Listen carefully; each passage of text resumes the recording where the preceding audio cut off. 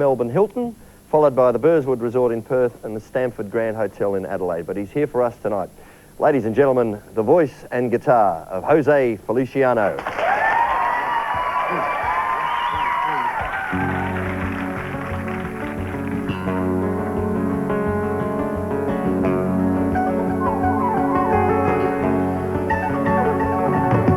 Listen to the pouring rain, listen to it pour. And with every drop of rain, you know I love you more. Let it rain all night long, let my love for you grow strong. As long as we're together, who cares about the weather? Listen to the falling rain, listen to it fall. And with every drop of rain I can hear you call. Call my name right out loud. I can hear above the clouds.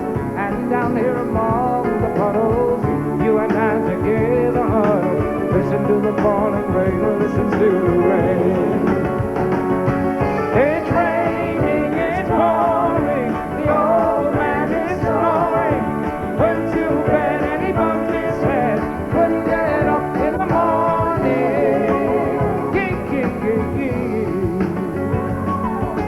Listen to the falling rain, listen to it fall. And with every drop of rain I can hear fall. Call my name right out loud. I can hear above the clouds. And down here among the puddles, you and I together huddle. Listen to the falling rain, listen to the rain. Listen to the falling rain, listen to the rain. Hey, hey. Listen to the falling rain, listen to the rain. Oh, hey. Listen to the falling rain, listen to the rain. Listen to the rain. Listen to the rain. All right.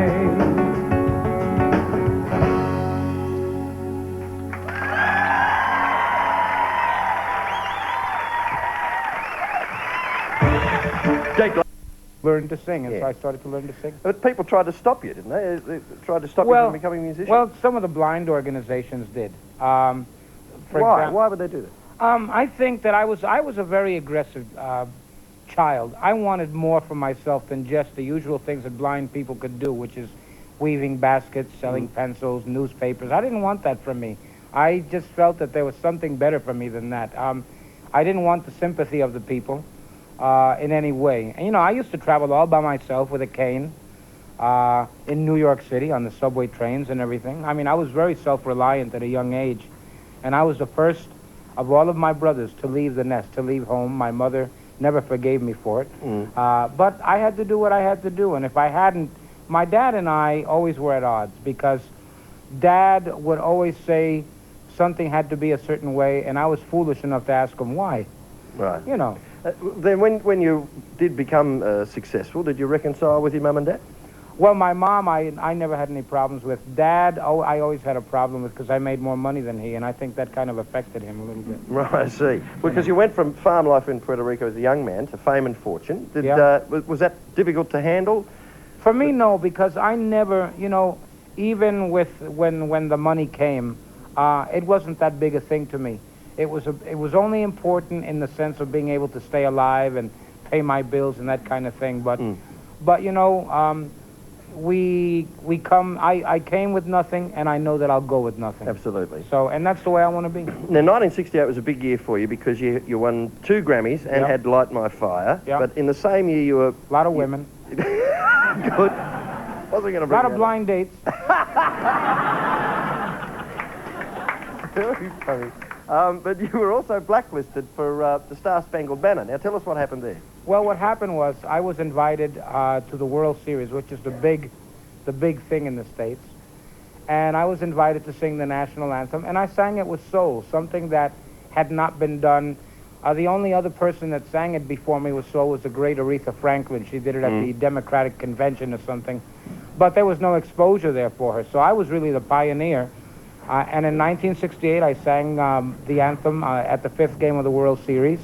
And it caused quite a stir. The radio station stopped playing my records in America. It's been, I have to say, that I've been to hell and back because High Heel Sneakers was climbing the charts. Yeah, you were just happening. I was just happening, and they stopped playing my records because I sang the anthem with feeling, and it's been tough ever since. But back in 1973, when I wrote the music for Chico and the Man, I started clawing my way back, and now, for the first time ever in my life, I have great management with my career in my life, and so I think I expect some big things from me again. Hey, what about your own family? You got kids?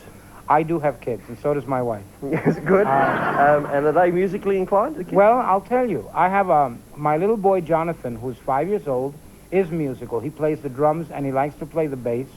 My daughter loves ballet. As a matter of fact, she had a recital yesterday, which I could not attend because I had to be here. So, well, mate, you got to work. You know? That's it. You got to work. But and then I have a little boy who is a year and a half, and we don't know what he wants to be yet. He's just busy being a baby, and but you know, music is something I don't want to force on. I don't want to force this type of career on my children. If they decide that that's the way they want to go, I'll definitely support them.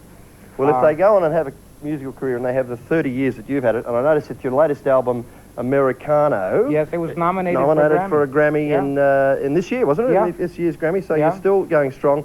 And you're at the Melbourne Hilton on June the 12th to the 30th. Then you go to Western Australia, play at the Burswood Resort. Then you go to the Stamford Hotel in South Australia, and then you're heading up to New South Wales and Queensland. So you're going to have a busy time here. I am. I hope you enjoy your time in the country. It's been a pleasure to spend some time with you. One last thing I wanted to tell you. Yes, you know, you've heard about the controversy in America with nicotine and all. Yes. Well, now they're doing research, for example, on marijuana. And as soon as they discover that it causes cancer, they're going to legalize it. Is that right? That, mate. Anyway, on that note, thanks a lot, Frank. We'd thank José Feliciano. Great pleasure to meet you, sir.